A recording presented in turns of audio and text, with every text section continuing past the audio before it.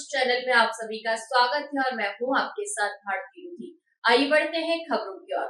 LNCT विश्वविद्यालय में मानसिक स्वास्थ्य जागरूकता माह के अंतर्गत जागरूकता को कार्यवाही में बदलना विषय पर एक विशेष सत्र का आयोजन हुआ, जो प्रेरणा और दिशा निर्देश के तहत सफलतापूर्वक संपन्न हुआ। इस कार्यक्रम का आयोजन विश्वविद्यालय के मानसिक स्वास्थ्य और कल्याण प्रकोष्ठ ने आरोग्य भारती जन सेवा फाउंडेशन पुणे और आरआरटीसी के सहयोग से किया।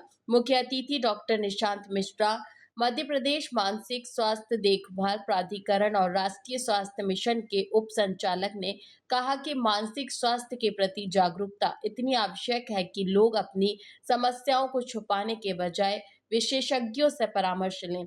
विशिष्ट अतिथि पंकज खरे, पूर्व कुल सचिव, इंदिरा गांधी राष्ट्रीय मुक्त विश्वविद्यालय ने विद्यार्थियों को सकारात्मक सोच और संतुलित जीवन शैली अपनाने के लिए प्रेरित किया। वहीं आरोग्य भारती के प्रचारक मिहिर कुमार ने योग और ध्यान के महत्व पर प्रकाश डाला।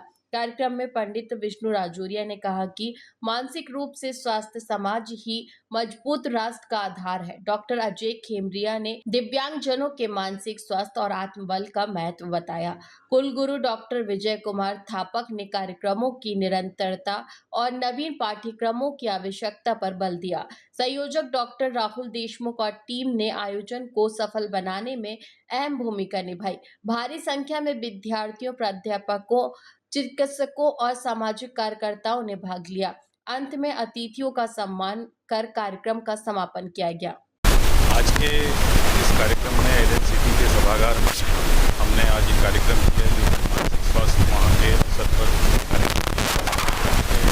संयोजक के रूप में जनसेवा फाउंडेशन और मेंटल हेल्थ ऑफर 2017 एलएनसीटी और साथ में कई स्टूडेंट यहाँ पे प्रतिभागी थे, जिसमें आयुर्वेद, एलोपैथी, फिजियोथेरेपी और नर्सिंग कॉलेज के स्टूडेंट यहाँ पे थे। आज का जो विषय था वो मानसिक स्वास्थ्य और अवेयरनेस टू एक्शन इस थीम पे था। इस अवसर पर लोगों को हमने ये बताया कि आप अवेयरनेस को एक्शन में कीजिए और किस तरीके से आप अपनी मानसिक स्थिति को जांच सकते हैं। इसके लिए मनहित ऐप, कई टोल फ्री नंबर, इनके बारे में समस्त जानकारी दी गई है। आज का ये कार्यक्रम एलएनसीटी के सभागार कक्ष में हुआ और काफ़ी सफल हुआ, जिसमें लगभग 400 के ऊपर विद्यार्थियों ने भाग लिया और सभी ने मानसिक स्वास्थ्य और अपने साथी शिक्षकों की भूमिका में अपने साथियों की देखभाल करने का जिम्मेदारी उठाई और शपथ ली। बहुत बहुत धन्यवाद। मेरा नाम डॉक्टर राहुल देशमुख है।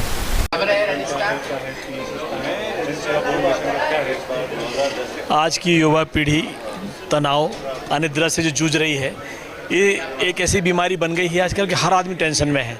उसका मुख्य कारण उसकी जीवन शैली है, अनिद्रा है, उच्च महत्वाकांक्षा है और जो पारिवारिक माहौल जो बिगड़ते जा रहे हैं वो इसका मूल कारण है।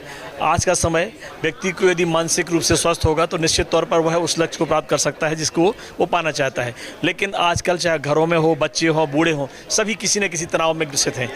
कई बार महत्वाकांक्षा है, कई बार पारिवारिक असंतुलन है, कई बार सामाजिक विद्रोह है, कई बार सोसाइटी जो हमारा सोशल ताना बाना है और सोशल मीडिया के माध्यम से भी व्यक्तियों में तनाव हो रहा है। तो मुझे लगता है कि इस तरह के प्रोग्राम आयोजित करने से बच्चों का जो बिगड़ता हुआ स्वास्थ्य है वो मजबूत होगा और स्वस्थ मन में ही स्वस्थ विचार निवास करता है, इससे व्यक्ति आगे जा सकता है। तो मुझे लगता है कि इस तरह के कार्यक्रम के आयोजित करने से आगे आने वाली पीढ़ी को एक नया विचार मिलेगा और एक जीवनदायी शक्ति मिलेगी। जन सेवा फाउंडेशन का उद्देश्य है कि पूरे भारत को समृद्ध, सुखमय बनाना है और उसके लिए उनका बहुत अतुलनीय योगदान है। आरोग्य भारती, एलएनसीटी विश्वविद्यालय और जन सेवा फाउंडेशन के माध्यम से बच्चों को, टीचर्स को, फैकल्टी को इसलिए हमने जोड़ा है कि ताकि बच्चों में जो एक मानसिक विकृति पैदा हो रही है वह दूर हो और सब कुटुंब प्रबोधन के माध्यम से, सामाजिक समरसता के माध्यम से और बड़ी सोच रखकर आगे बढ़ें।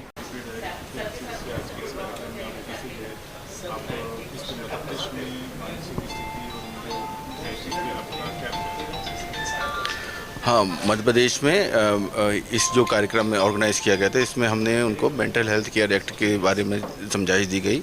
उनको जानकारी दी गई कि पेशेंट के क्या राइट्स हैं और किस राइट्स के तहत हम उनकी प्रोटेक्शन करते हैं।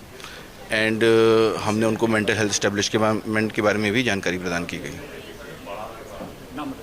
मेरा नाम डॉक्टर निशांत मिश्रा है।